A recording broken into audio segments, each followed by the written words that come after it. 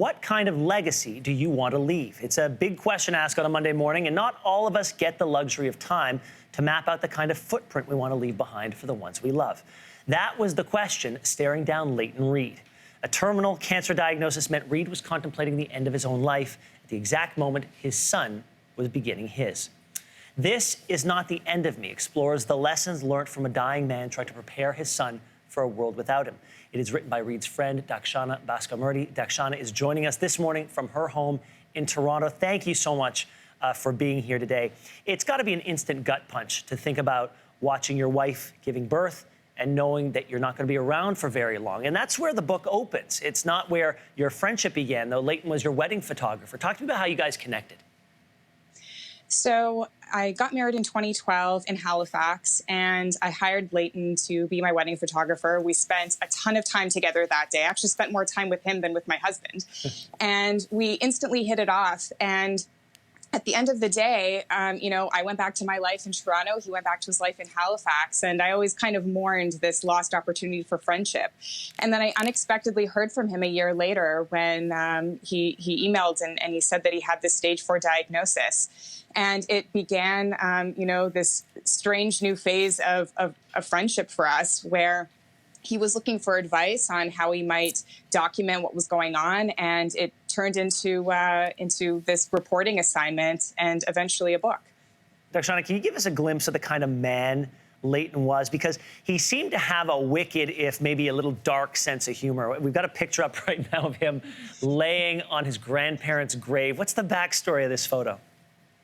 So Leighton liked to approach things that made most people uncomfortable or sad with a very dark sense of humor. So this picture was taken when he went to investigate where he might be buried one day. This was taken, I think, about a year and a half before he died. And so this is the plot, the family plot.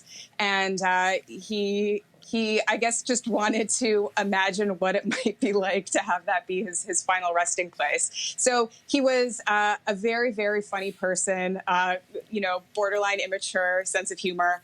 But he also had a gigantic heart, and he had a way of looking at life that was very different from most people. And that was what I wanted to capture in this book. I want to go back to what you said a little bit before, that you found that approaching him as a journalist ended up fast-tracking your relationship. Does that mean that, as the subject of what you were working on, did you change how you viewed the end result, like what you were trying to accomplish? If you started looking at it originally as a job, did it become something different by the end?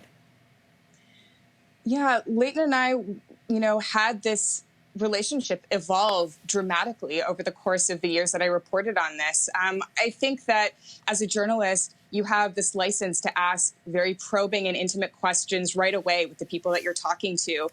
And that naturally led to this kind of opening up that Leighton had with me that I don't think he had with a lot of other people in his life. And inevitably, a very strong friendship formed. And it was kind of tricky to navigate sometimes how I was going to tell this story in a way that I thought was fair and objective, while also having deep affection for him. Dakshana, the book is called This Is Not the End of Me. Thank you so much for being here. I could talk to you all morning about this. I really appreciate your time. Thank you.